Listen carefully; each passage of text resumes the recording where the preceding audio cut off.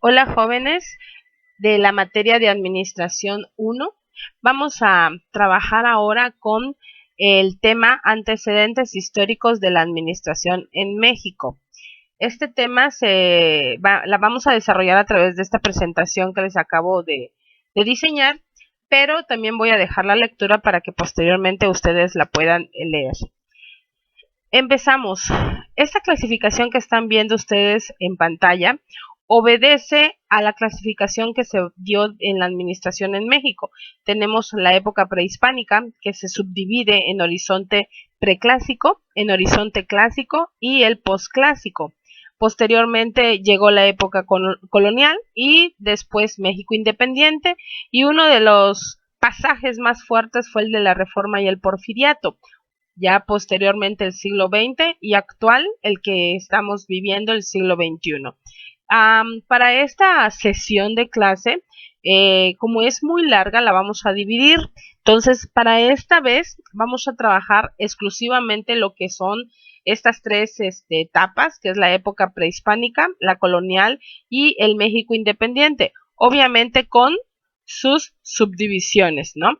Y para la siguiente sesión vamos a trabajar lo que es Reforma y Porfiriato, porque es muy complejo, siglo XX y siglo XXI. Entonces vamos a dividir estas sesiones, ¿verdad? Entonces vamos a empezar ahora con la primera etapa, que viene siendo la época prehispánica, que se subdividió en tres partes, y lo que fue el horizonte preclásico, el horizonte clásico y el posclásico. Posteriormente estudiaremos la época colonial y el México independiente. Y ahora sí, empezamos con cada uno de ellos. Vayan tomando sus apuntes en su cuadernito de ser necesario para que puedan realizar sus actividades posteriormente. Empezamos con el horizonte preclásico. Comento antes que nada que esta etapa se caracterizó por la división social del trabajo, por la edad y sexo, y en actividades artesanales, comerciales y agrícolas. Si se dan cuenta, este tipo de etapa eh, fue muy similar a la época primitiva, en donde también se clasificaban las actividades por este tipo de trabajo, por edad, por actividades. Las mujeres se dedicaban a una cosa, que era la recolección, y los hombres se dedicaban a la cacería. En este apartado es exactamente igual, ¿no? La división social del trabajo siempre se ha dado, ¿sale? Nada más que como ya aquí estaban más avanzados, pues obviamente se dan otras actividades como las comerciales, las artesanales y las agrícolas. Existe ahora la aparición de la escritura jeroglífica y el poder teocrático que estaba centralizado. Surge también el sistema calendárico y numérico. Ya ven que fuimos famosos precisamente por nuestro sistema, y la utilización del barro cocido para uso doméstico y ceremonial. Aquí surgen lo que vienen siendo las construcciones de las pirámides. Esto dio rienda suelta a su gran incursión en las construcciones, aunque pues obviamente estas pirámides que surgieron, pues tenían que haber una parte trabajadora para poderla llevar a cabo, y pues la parte supervisora. Entonces, observen ahí también que existe el cargo, ¿no? ¿Qué puestos están desempeñando el supervisor y quien efectúa la labor, ¿no? Entonces, aquí unos ejemplos de lo que se llevó a cabo en esa época. Bueno, continuamos ahora con el horizonte clásico. Y bueno, aquí se menciona que durante este periodo se desarrollaron las culturas teotihuacanas, maya y zapoteca. La principal característica de la administración en esta etapa es el estado teocrático, con una administración centralizada. Cabe mencionar que tendríamos que investigar qué es el estado teocrático. Nada más les hago una pequeña reseña, tiene que ver con la iglesia, con el poder eclesiástico, ¿no? Para que más o menos se vayan ustedes dando una idea de lo que podría ser. Aquí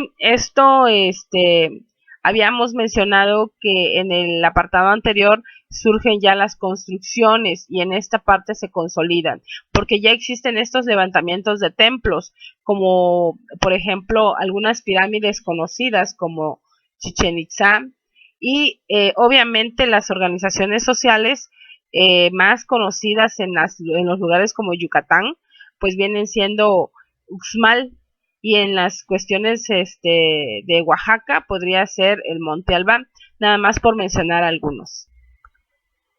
Y ahora sí, seguimos con la última clasificación de lo que es la etapa prehispánica, es el horizonte posclásico.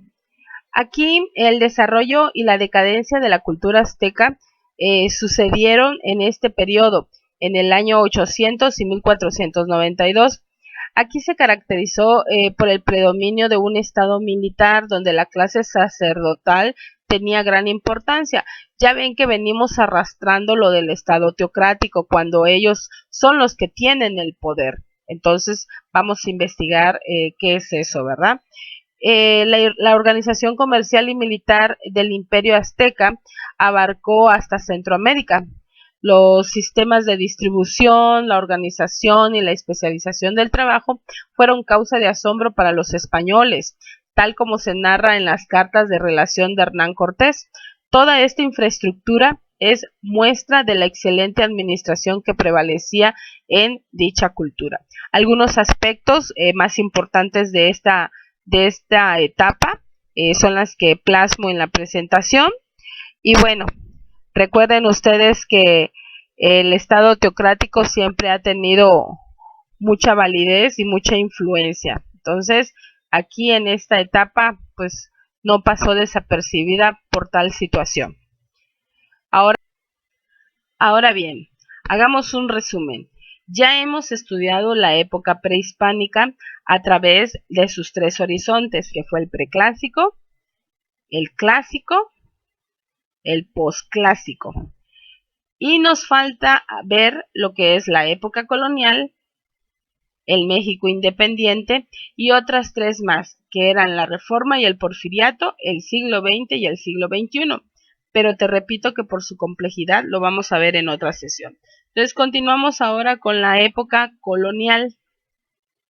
Aquí en pantalla te presento el resumen de lo más importante. Te sugiero que vayas haciendo tus anotaciones en cuaderno.